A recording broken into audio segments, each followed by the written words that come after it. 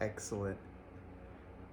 Hello, New York Comic Con and the entire Metaverse. Adam Savage here in my cave with some show and tells of some of my all-time favorite cosplays. I hope you are enjoying the panels this weekend as much as I am. And just a reminder, if you'd like to get an autograph from me, you can click on the link in the description below.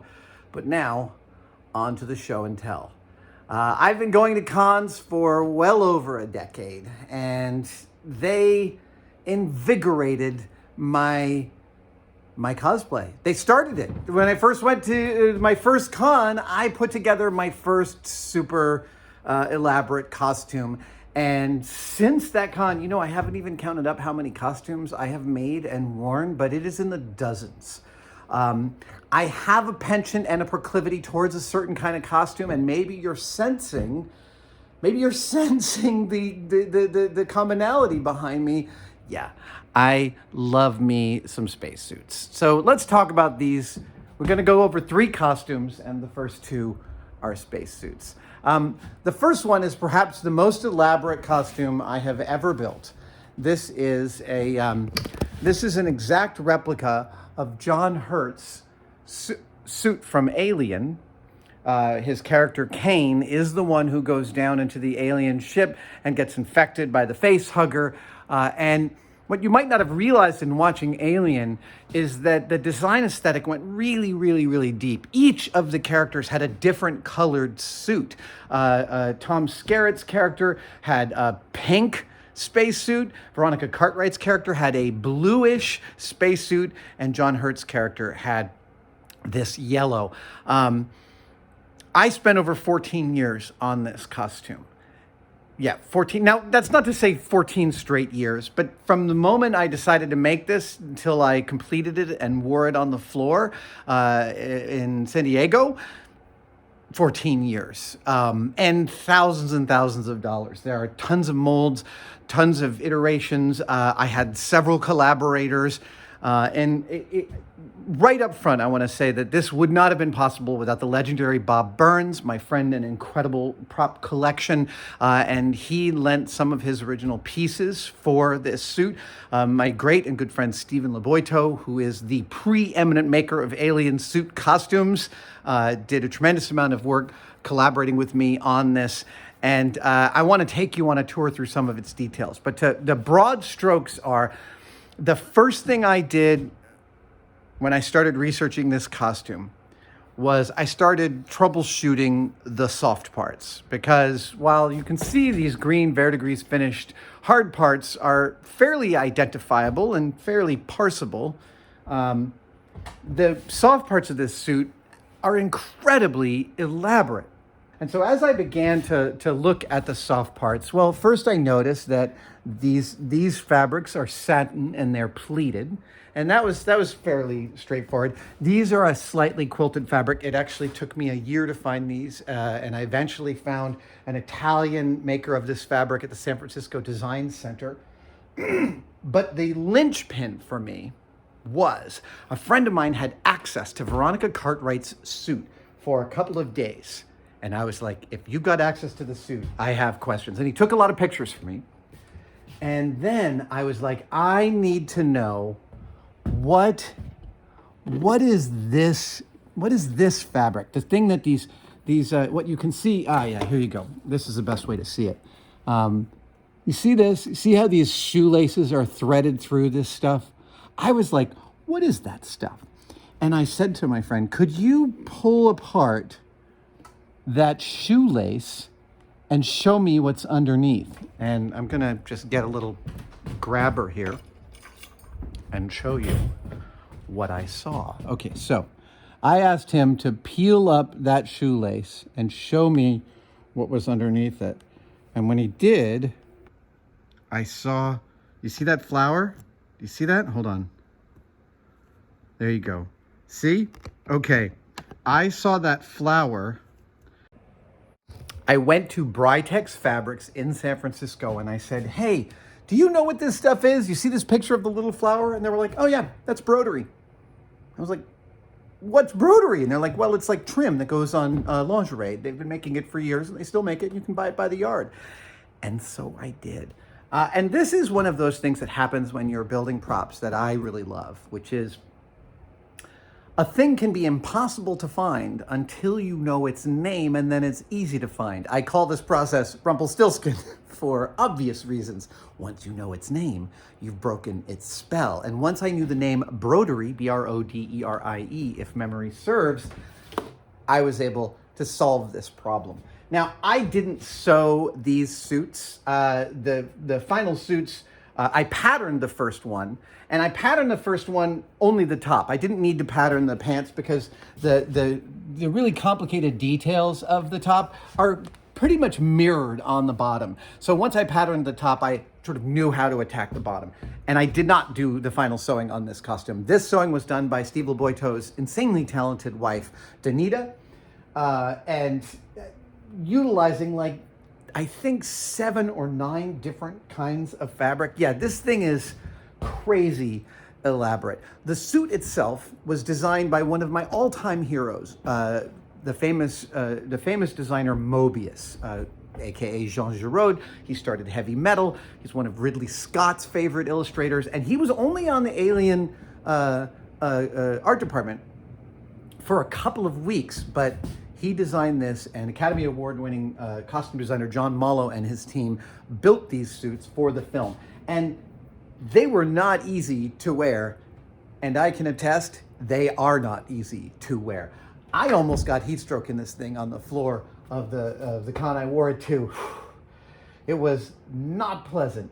And apparently the actors were passing out right and left in it, because you're basically wearing an anthropomorphic quilt with armor padding. And there is no escape. I mean, this is what led me to start really trying to design excellent cool suits for my cosplay, because I never again wanted to get this ridiculously hot. As I showed you, this thing has an electrical system, and the ones they built for the film had an even more elaborate electrical system. They actually had, to show like off-gassing CO2, they had an aerosol cannon here that psst, psst, and you can see it's a really beautiful effect in the films. I tried to come up with something that worked, but I didn't want to like spray paint into a con. And I eventually gave up trying to find a non-toxic material that I could easily replace the cans of that would off-gas. There was an occurrence on set where the pipe to the outlet got detached, and one of the actors got an entire lung full of the aerosol that was ejecting out the top because it ejected into the helmet by accident. I can't even tell you how many different folders I have covering every aspect of this costume, but I do. Like, every single detail has been gone over in incredibly, to an incredibly fine degree, including like, what is the thin parachute cord for this? What is the underlayment? Oh, well, that turns out to be, there turns out to be a few found parts in this suit.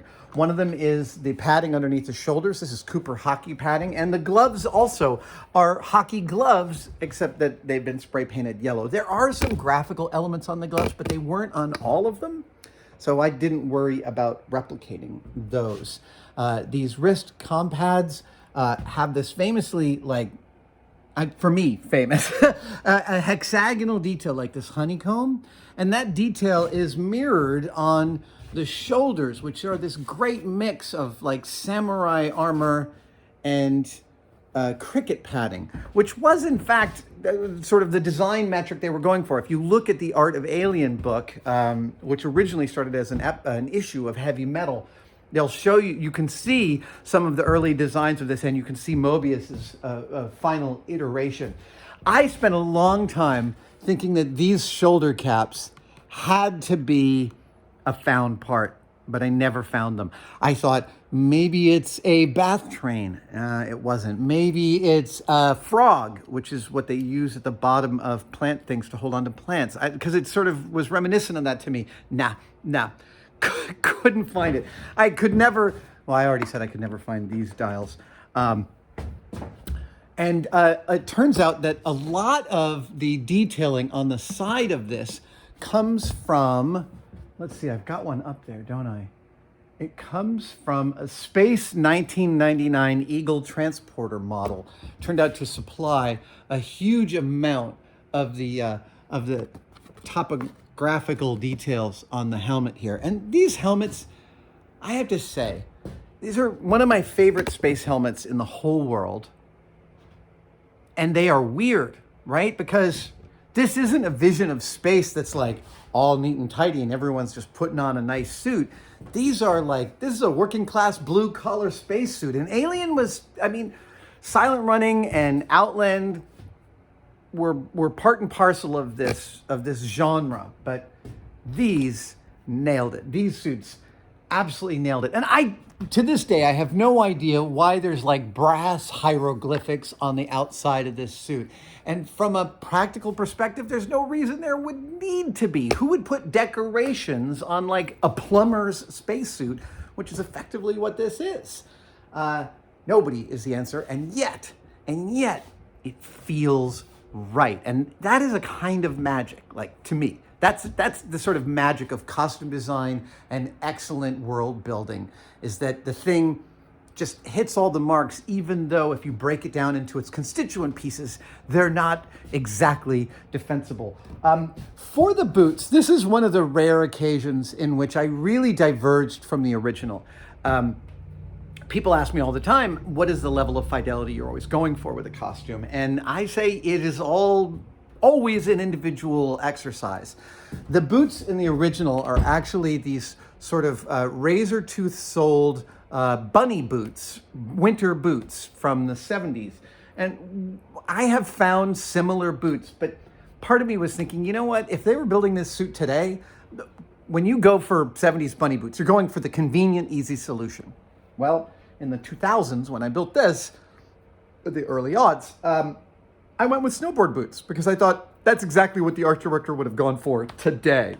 And they were a lot more comfortable than the old 70s bunny boots, of which I could never find a pair in my exact size. I have size 11 feet. And for some reason, that is a hard size to find vintage footwear in vintage winter footwear. I'm trying to think if there's anything else to cover here. A lesser seen thing about these helmets is that they have a completely fleshed out interior. And again, this is a testament to the insane and amazing work of the entire Alien art department. Every last piece of this tells the ultimate overall story, even also down to Ron Cobb's beautiful visual language he gave to the symbols that are stuck on the doors. And he actually had a language to the visual flag system for what these things were supposed to do and how they worked. Okay, before I finish with the Alien suit, I want to explain this suit is one of the hardest suits to put on a mannequin I have ever encountered because it is heavy, and mannequins are not meant to be weight bearing. I actually have a posable mannequin in here, and when I raise the arm, it just falls right back down, right? I can't tighten that enough to hold itself up. Mannequins, costume mounting is a whole separate art. Let's talk about my spacesuit. Okay, this is the costume that never comes off the mannequin. I keep it in the shop up all the time because I just love looking at it. This, to me, this is a model of the A7L spacesuit that the Apollo 11 astronauts wore to the moon. Later on in the Apollo missions, they would wear the A7LB, which you can tell has less couplers, and they're not in two rows on the front. They're in a more sort of spray, like this, diagonally across.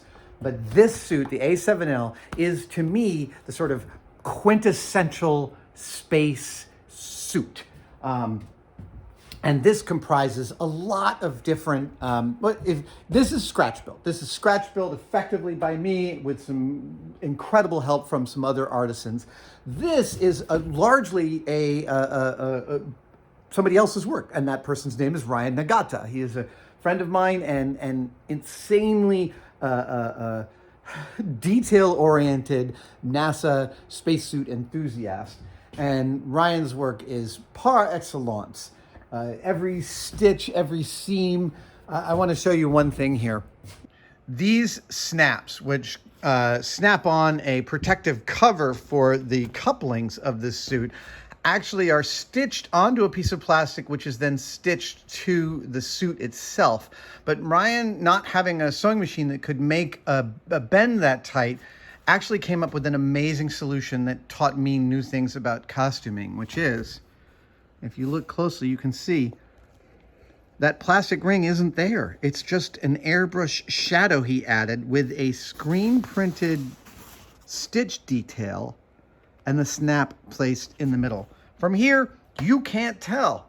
That pleases me. I love that. The front couplers, this suit came from Ryan. I traded him for it. This suit came from him with some plastic front couplers, and a couple of years ago, I decided to bump up my machining ability, and I hand machined all 6 of these guys, which is non-trivial because let's see. These are different than these. They're chiral. They're mirror images of each other. So there's, let's see. This is the thing. There's only 2. No, there's not even 2. No 2 of these are perfectly identical. That's the first thing. These 2 are slightly different. These 2 are identical in shape and function, but different in color. These 2 are identical in shape, but different in color. When you're machining a project, you're machining 6 different things in 4 different categories, there's a lot of opportunity to screw up. And let me just say, I started with 8 connectors and I ended up with 5 good ones. I was really clear that I needed some breathing room to make mistakes, and boy, did I.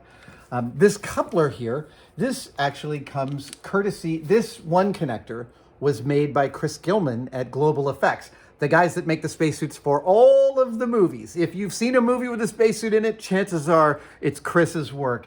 And last year he sold some of the old hardware he had on eBay, and I bought both the connector and the connector that goes to it. And this actually connects up to an air supply so I can cool the helmet. And I've actually built into this suit a manifold that comes from this connector around the back of the suit, up the back of the bubble helmet, because if you want to keep a helmet unfogged, the best way to do it is to send air up from the back across the front. And I'm here to tell you, when you wear this thing, it doesn't fog up. It actually keeps me fairly cool. Again, way better than the alien spacesuit. The original bubble helmets were made of vacuum-formed polycarbonate, and Ryan's is also made of vacuum-formed polycarbonate.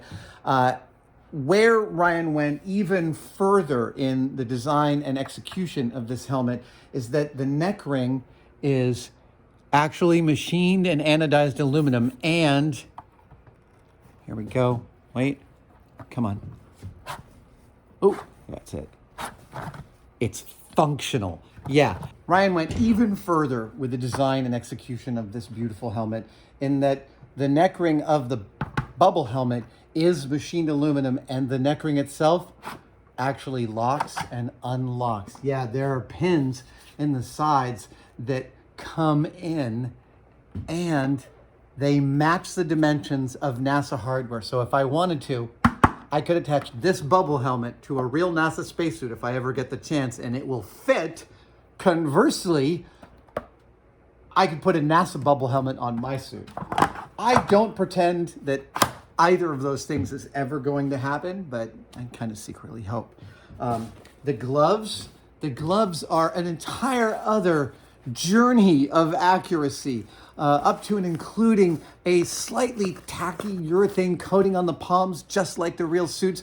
Ryan has gone through many different iterations of the right type of metallized fabric that looks like chromel, the fine stainless steel mesh that NASA originally used. It's at the time it was made, was one of the most expensive materials ever produced by humans. And when you peel back the hand of the glove, the gauntlet, you get to see again not only incredible fidelity to a spinning wrist ring, so these feel like you're wearing the real things, even though these attach with magnets, but also the manufacturer's label and the astronaut's name. I know. It's like even down to the glove liners in there, you can actually see he's got a printed label. he makes carefully sure to write size reproduction. Ryan doesn't ever want to watch one of these come up on eBay and someone representing that it's an actual real piece of space hardware, which is, given his talent, an occupational hazard. I'm not going to worry about putting that back on just now. The communications assembly, otherwise known as the Snoopy cap. This is another one of my favorite things. The originals are very dark. The sides are very dark. In the NASA pictures you can see from the time, they look almost black, but in fact, they are brown. And if you see some of the original Apollo hardware today, it's a light brown with a texture on it. Ryan screen printed that texture onto this fabric to make this Snoopy cap. And the kidneys that are inside these ears are actually cast from real NASA kidneys. And these microphones actually work. I can plug them in through this connector, which Ryan and I built here in my shop last year. And I can both talk on a walkie-talkie and I can get a good Quindar beep, which is every time a NASA astronaut speaks, they finish, it goes boop. I have an electronic card that feeds through the sound system and gives me a Quindar beep every time I talk. Yeah, can you tell this is my total wheelhouse. This is my, I will take any excuse to put this costume on. I'm actually planning to visit NASA with this suit so they can see it in person. Actually, I'm probably going to bring a couple of my spacesuits because, you know, if you're going to go to NASA and show them your spacesuit, you might as well show them the whole kit and caboodle, right? That is my beautiful A7L spacesuit. And these two represent, I have over a dozen spacesuits in my collection, but these two sort of bracket the entire collection. This is one of the most beautiful fictional spacesuits I've ever seen. And this to me just, the reason I love spacesuits is because I love armor. I love the idea that humans are ingenious enough to design their own protection for harsh environments. So I love not just spacesuits. On Mythbusters, every time we needed a good piece of safety gear, I would buy my own version of that gear so I had control over it and I knew I was wearing the best possible thing for the thing that I was dealing with. And speaking of armor, the last suit I wanted to show you has a little something to do with armor, and it's in this box. Now, this box represents another kind of fascination of mine. And that fascination is frequently when I make a costume or I finish a costume that I'm wearing, I often think, what is that costume stored in? And then I want to make a vessel for that costume that is correct to the costume itself. Inside of this case is my Captain America Winter Soldier suit. And I'm going to pull it out in pieces and show it to you. Careful viewers may note that there's a SHIELD logo here, and I've got a SHIELD logo here, plus some Marvel Universe hints and tips. This case was originally 2.5 times as long as this, and I actually cut it down and re-riveted it together to turn it into a perfect cube. The whole impetus for this vessel, this box for my Captain America suit, came about after watching Endgame. In Endgame, Cap meets up with Scott Lang, Ant-Man, and they're in a van in a parking garage, and Cap says, "All right, everyone suit up, let's get going." And I thought to myself, where's Cap's suit? It's in the back of that van. But what is the case it's in? And I spent a year looking at different shipping cases and different aluminum cases and military cases and every possible kind of iteration. And I ended up kind of designing my own based on a Zarge's 1960s collapsible shipping case. But enough about the case. Let's get to the costume. All right. The top comes completely off. And inside, we have a familiar sight. This is the back of Cap's chest harness, and it sits with his beautiful top. This is the business end of Cap's stealth suit. And underneath that, we have the first undersuit, and this is the shoulders with the stripes and Roger's name on them. And these shoulders are cast flexible urethane that looks metallic. It's pretty awesome. Underneath that, We've got the pants. Underneath that, we've got the helmet, the boots, my chest, my chest padding so that I actually look muscular. We've got the gloves, the belt,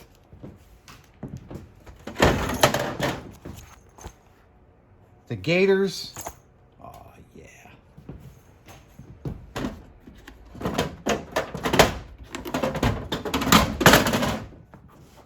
And my Captain America helmet.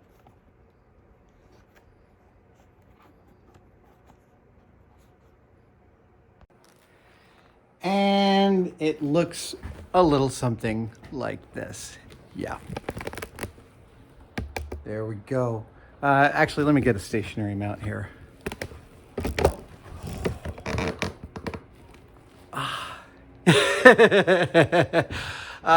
Yeah. Now, I had to put this on for myself, so there may be a couple of little parts that don't look exactly perfect. This is almost not a costume you can put on alone.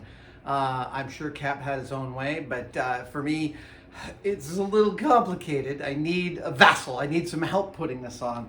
But here it is. And it is a very, very comfortable suit to wear. And there's actually a really good reason for that. It turns out within the Marvel Universe, one of the most expensive parts of making the films is getting the actors out of their costumes so that they can be comfortable enough to eat lunch, and then getting them back into those elaborate costumes to film again. And in Winter Soldier, the costume designer came up with this amazing method of screen printing a heavy-duty, like ballistic nylon texture onto four-way dance fabric. And Robert Fitch and Kevin Gossett, who made this suit for me as a commission, utilized the same exact technique. And I have to tell you, it is a super comfortable suit to wear. The gloves and the gaiters were made by my friend Like Linda, who has an Etsy store where she makes this stuff. It's absolutely beautiful. The shield comes courtesy of Shieldworks. You can find them on Facebook. And a better Winter Soldier shield I have not seen. Even down to the bullet hits are super accurate. I love them. And finally, Jordan's Ironic Armory made the helmet and sent it to me as a gift. They allowed me to do the weathering. This is a piece of urethane. I actually attached in a little piece of metal here so that the helmet would conform to my nose. I'm sure the real one has stuff like that to make it all fit onto Chris's frame. But here you go. This is, yes. So there is my cosplay show and tell. We've got the 14-year scratch build. We've got the extended ongoing collaboration.